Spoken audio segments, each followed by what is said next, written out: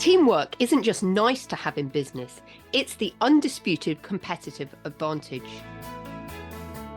When your team members work as a unified force, your whole operation benefits through higher productivity, thriving creativity, and unstoppable momentum. Welcome to the Impactful Teamwork Podcast, where we share with you strategies and tactics to help you develop game-changing teams so that you and your business can make a real difference in the world.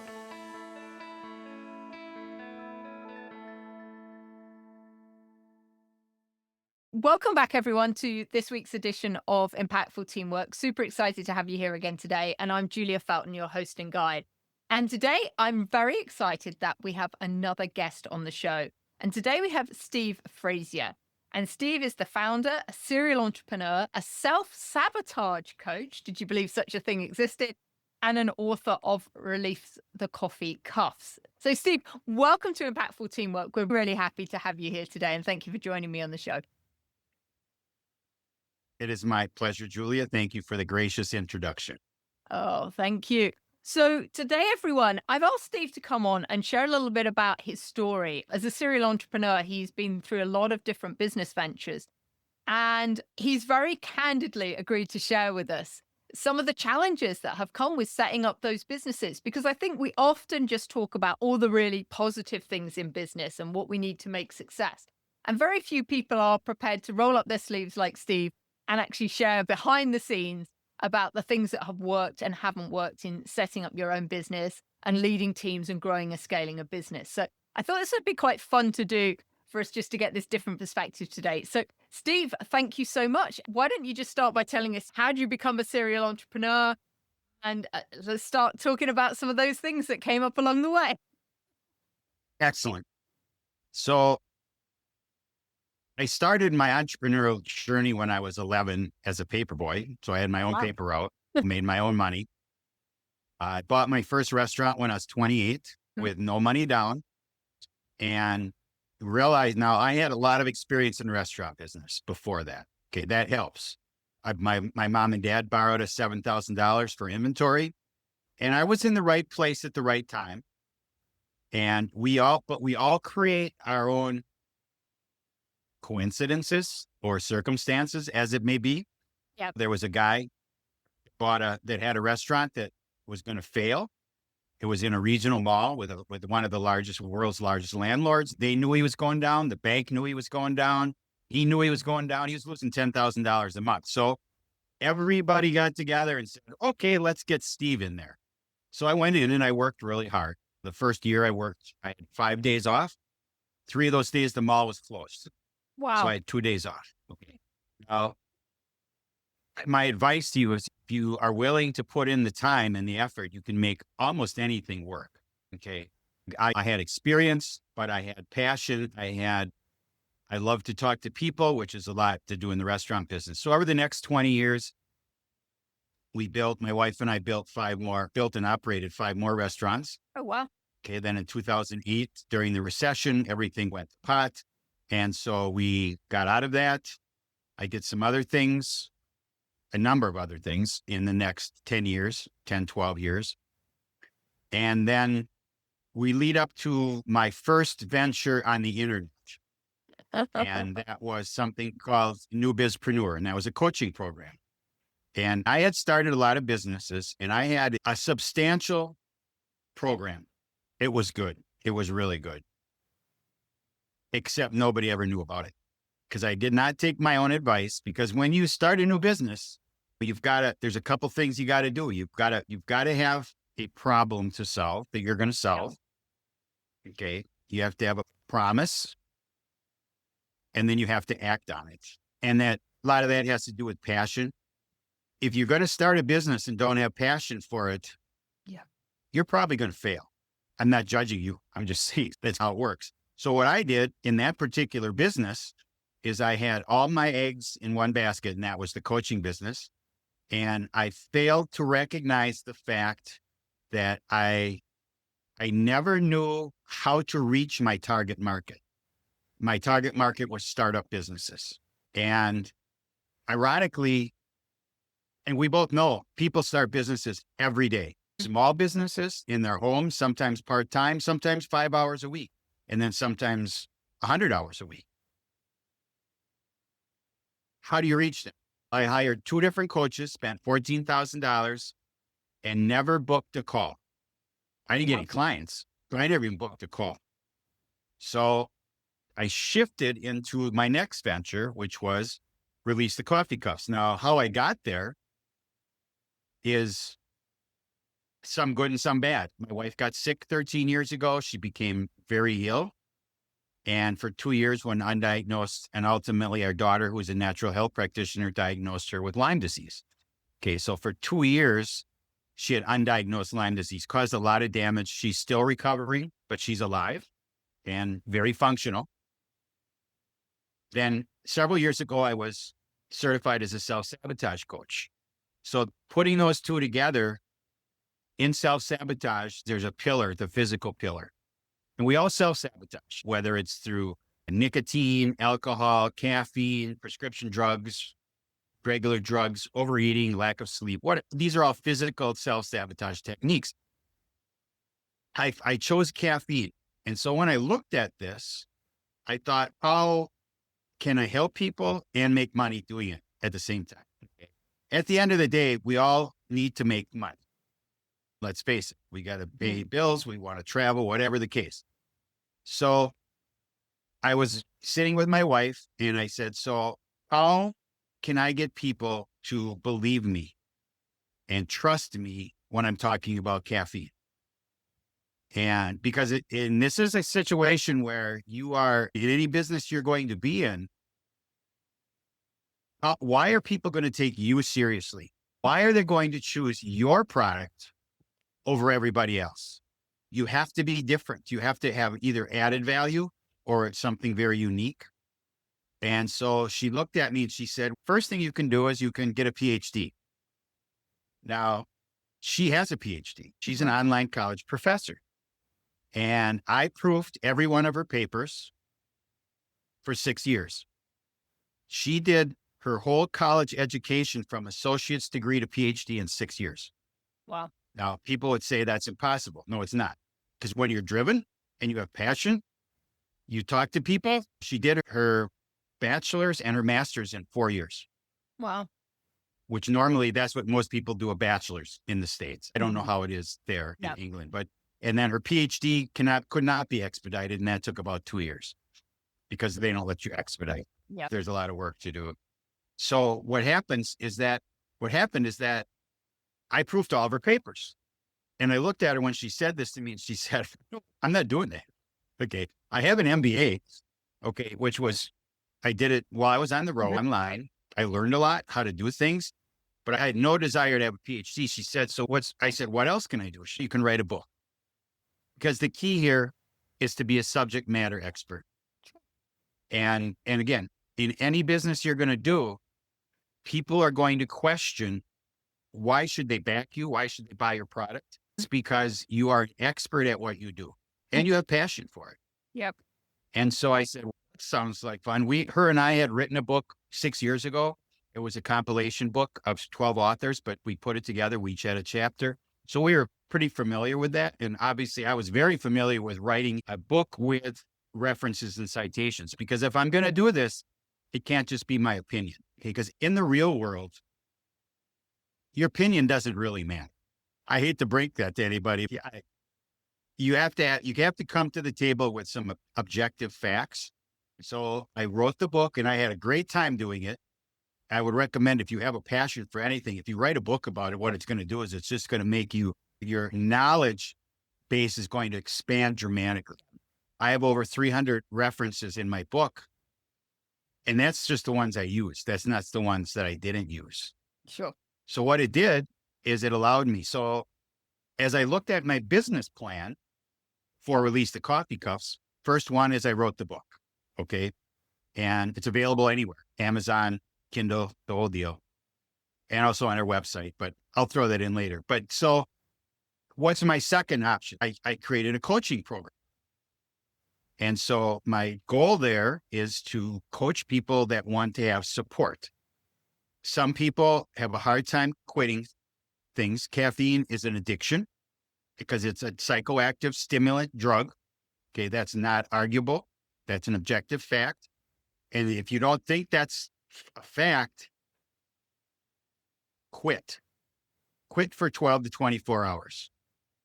And if you are okay and you have no side effects, you're not addicted. If you have headaches, if you're brain fog, if you have fatigue, you have an addiction. Okay.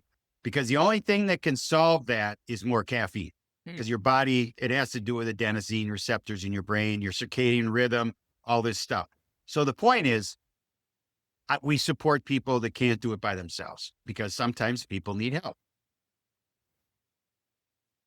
The third revenue stream is a speaking business, okay, which I intend and which I am pursuing through podcasts and then through actually getting an agency to book me for wellness conferences for birth defects. Caffeine has dramatic effect on fetuses in the womb. Wow. And so as you look at your business plan, and when I did the New Bizpreneur, I had a 13-page business plan. Now, that's 13 pages that you fill in. When it's done, it's probably 50 pages. And it's very intense. And it covers everything. Because when you are going to start a business, especially if you have to go and ask somebody for money, and there's a whole bunch of people you can ask for money.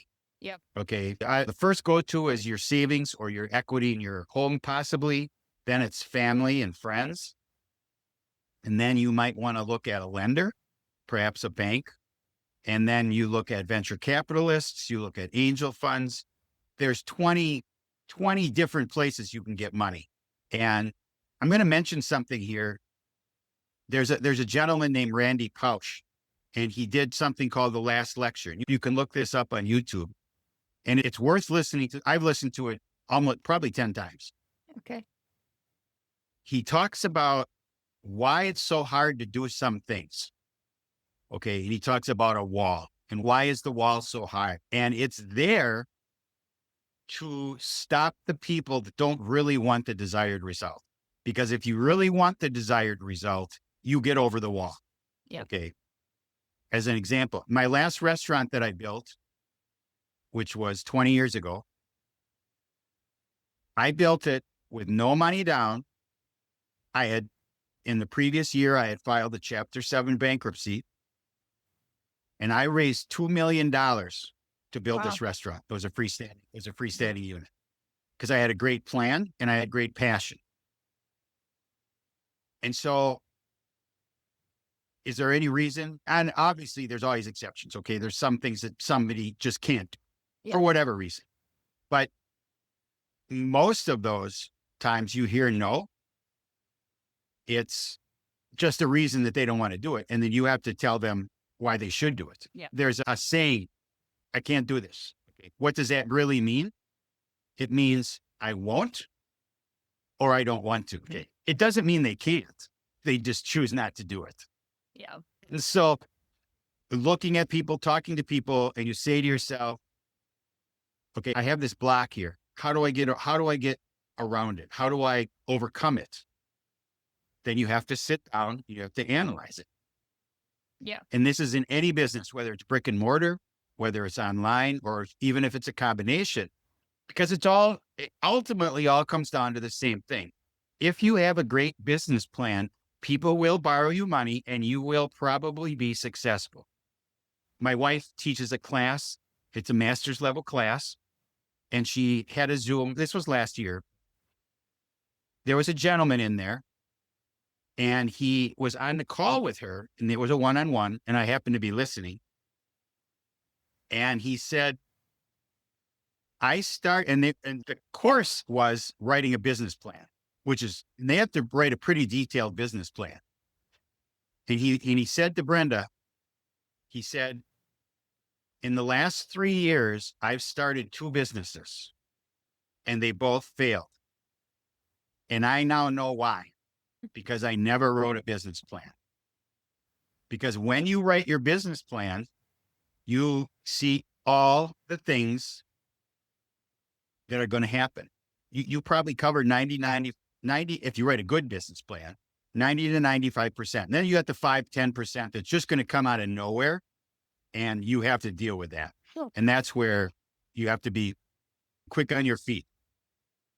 And, you look at where you're going to get the money. What are you going to do if the economy turns? What are you going to do if your product is so good and it takes off? And this is something for anybody that's listening. What do you do if your product is so good and it takes off and you're making $1 million just like that? Because it's just a fantastic thing.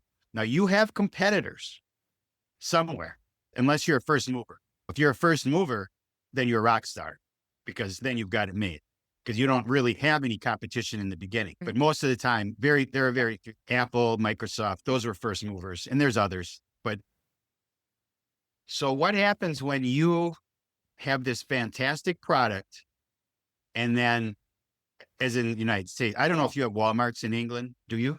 No, we don't have Walmart over here, but Walmart, for anyone listening, is, how would I describe it? Oh, it's a big grocery store, isn't it, in a way? Half of it's grocery. Yeah. And then half, they got Yeah. TVs, they got sporting goods, they got cosmetics, and they're huge. They call them super centers for a reason. Yeah. They're monstrosities. So what happens is that all of a sudden, Walmart has a product that's very similar to you, then you price this. Because when you started your business, you have to go out and look at what your competitors are charging, right? All of a sudden, Walmart cuts your price by 20%. And your sales drop 50%, because all of a sudden, and I'm using Walmart as an example. Yeah. It may not be relevant, but it's a good example. Yeah. Simply because now your sales just dropped 50% because your competitor dropped their price 20% because they can afford it. Yeah. Can you afford it? Okay, did you price this appropriately, anticipating possibly that somebody was going to undercut you with a very similar product? And so these are all things that have to be taken into consideration. Yeah. So I'm really curious, and thank you so much for sharing that.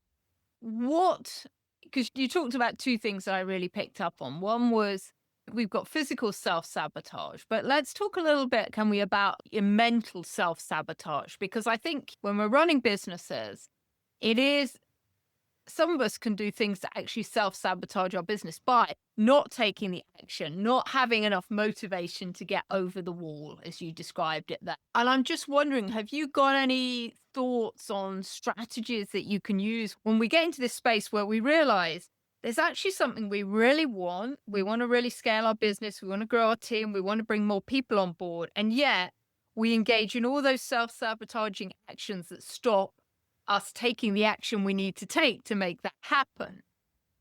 I'm just curious about what some of your thoughts might be about what, as a business leader, we can do to prevent that. Or indeed, I guess it comes back down to beliefs, why we're even doing that in the first place. There's some incongruence, isn't we're self-sabotaging because at some deep level, we don't believe in what we want, or we're scared about what we want. So fear kicks in, and our unnatural defense mechanisms kick in. So please just share a few thoughts on that for us. Yeah. First of all, you know a lot about self-sabotage. Okay. So I'm giving you a lot of credit. I'm an expert. Right. As many of us are, they acknowledge it. The first thing is understanding exactly what you just said. What are you doing to self-sabotage your business? Okay. And a lot of it has to do with motivation, because you have to be, in your own business, you have to be motivated. And there's no one there. There's no cheerleading team. Nobody. You might have a partner, wife or husband or family, that's giving you encouragement, but you don't have a boss that says, good job. You did a fantastic job. Keep up the good work. I'm going to give you a raise. There's nobody like that. There's nobody to give you positive affirmation. So what you need to do is you need to do it yourself. So journaling is a fantastic thing to do as a small business owner. Okay. And that can be pre-opening, and then during your opening, and then after opening. And what you do is every night, and this doesn't take an hour. This can be 2 to 5 minutes. Yep. I have a spreadsheet. It's called Wins for the Day. And it's on an Excel spreadsheet. And all I do is write down what are three things I did today that I considered wins? They could be business, they could be personal, they could be anything. Yep. If I had a good weight day, battling my weight, I'm not overweight, I just want to be less. So what did I do today that was a win? And then I have, what are you going to do tomorrow? Now I do this at night before I go to bed. What does it do? It makes you not worry about what you're going to do tomorrow because you already wrote it down. Okay. And I would say for anybody and this isn't just about business, it's just about life. Plan out your next day, because when you go to bed, and here, this goes back to that self-sabotage. When you go to bed, right before you go to sleep, you're in something called theta brainwave state. And this is where it actually reprograms your subconscious. Because as adults, we only have two windows, first thing in the morning and last thing at night, right before we go to sleep. And then we have theta in our sleep, but that you don't control that. Show gratitude. Okay. Show gratitude for your day. What happened today that I'm grateful for? Because guess what? That's what your subconscious is going to think about when you go to sleep. Yeah. Okay. If you're thinking about all the ways you messed up during the day or all this massive workload you have tomorrow, and we do hypnotherapy work, which is fantastic. You know, we have some sessions, and I had sessions in the New Bizpreneur. I have sessions in the Release the Coffee Cups for quitting caffeine. One is for motivational. There's motivational hypnotherapy, and you can get some of this actually online. And Bruce Lipton on YouTube, if you look at some of his stuff, is fantastic because you have been programmed to be part of the herd. And this goes right back to what you just said. Why do people make themselves fail? It's because they want to be part of the herd. And the herd is not you and I, because you and I are rebels. We're doing things here that most people don't do. Yeah. There's 8.5 billion people in the world, and let's face it, they're not doing podcasts. Very few of them are, right? Yeah. Especially about new things. And so you have to get the mindset that you don't need the herd's approval to do what you're doing, because people generally will try to bring you down to their level. As you are excelling, as you are getting better as a business person, even in your personal life, alcohol is a great example. You walk into a bar and order a non-alcoholic beer or a soda, people look at you like you're weird. You drink decaf coffee in the coffee room, or tea in your case. In England, I'm sure there's a lot more tea than coffee. Okay, you walk in and you have your tea break and you're drinking decaf. And people get upset because you are not now like them. And you aren't part of the herd. You're the rebel. And because you've acknowledged the fact that possibly caffeine's not good for you, or whatever the case, whatever the herd wants you to do. Okay. And a lot of it is success. We had some days of great success, and we had a lot of people that didn't care for us because of our success. Yeah. And they try to tell you it's all given to you. They never even thought about the days that I worked 16 hours a day to make those restaurants run or make this business run. I work 7 days a week. So does my wife. And if you're not willing to do that, I coached a girl last year, and she wanted to open up a gym and a small coffee shop with it. Sell some health food, health smoothies. Yeah. After 4 months, I said to her, and she's got two small children. I think they're 7 and 9 or 8 and 10, like that. I said, you do realize that you are going to have to sacrifice some time with them. And she ultimately realized after 4 months of getting together, and she was a friend, I was doing all this for free. And she said, I'm not going to do this because I'm going to lose my kid's childhood. She may do this in 5 or 10 years. I think she has the desire and the passion and the knowledge, but what are you willing to sacrifice to be successful? Because if you're going to open up a new business, again, brick and mortar, online, doesn't matter. Something you're doing is you're not going to be able to do, whether it's watching TV. And I would say, as a self-sabotage coach, if you're watching TV, stop right now. It is the most useless thing in the whole world because all they're doing is programming you to what they want you to do. Okay. And there's so many studies and there's so many things on YouTube that you can go and look. I'm not making this up because I don't need to. Okay. Because if they tell you enough times that this is good for you, you think it's good for you, even though it's not. And that would be the short version of self-sabotage in a small business. Yeah. Yeah. Positive affirmations. On my bathroom mirror, I have a big sheet of paper. It says, I am enough. I see it every morning, every night, every time I go in there during the day. I also have 10 affirmations that I read every morning and every night. And there's a gentleman named Og Mandino. He wrote a book called The Greatest Salesman in the World. Right. And in that book, he has 10 scrolls. And each scroll is 3 pages. And they're life changing. They're affirmations about life, I have one, I printed out the whole thing. I have it on my office wall. And it's called, I will act now. Because when you're stuck in whatever you're doing, if you act, things change. Because when you don't act, you're stuck. And then what happens? You become more stuck. Yeah. And then all of a sudden you're not doing what you wanted to do. I will act now. I will act now. Those are the first 3 sentences of that particular scroll. So look it up. You can actually get it on YouTube and listen to it. You don't even have to read it.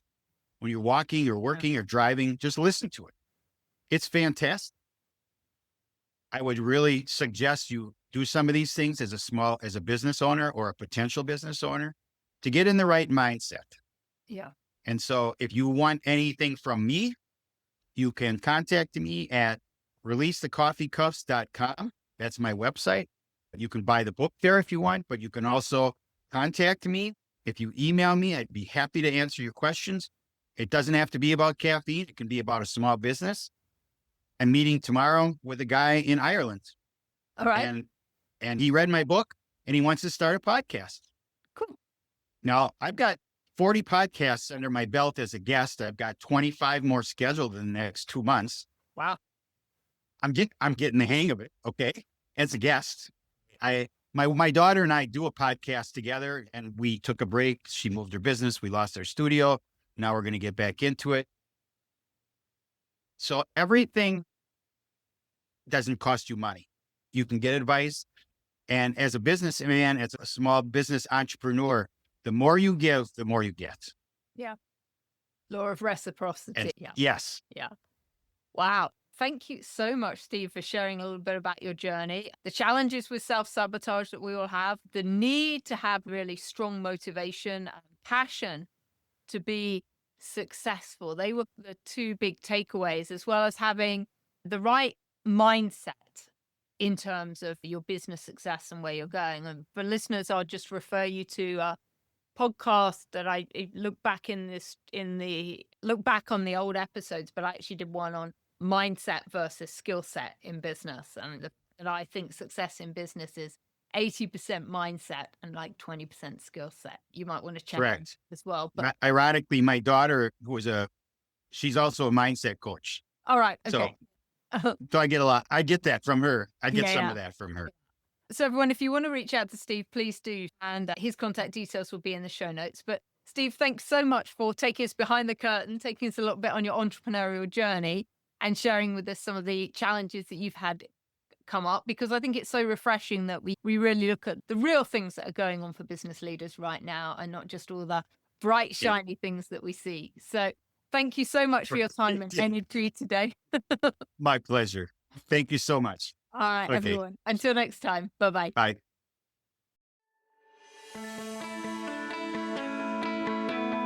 Thanks for listening to the Impactful Teamwork Podcast. Please stay tuned for future episodes and do subscribe wherever you get your podcasts.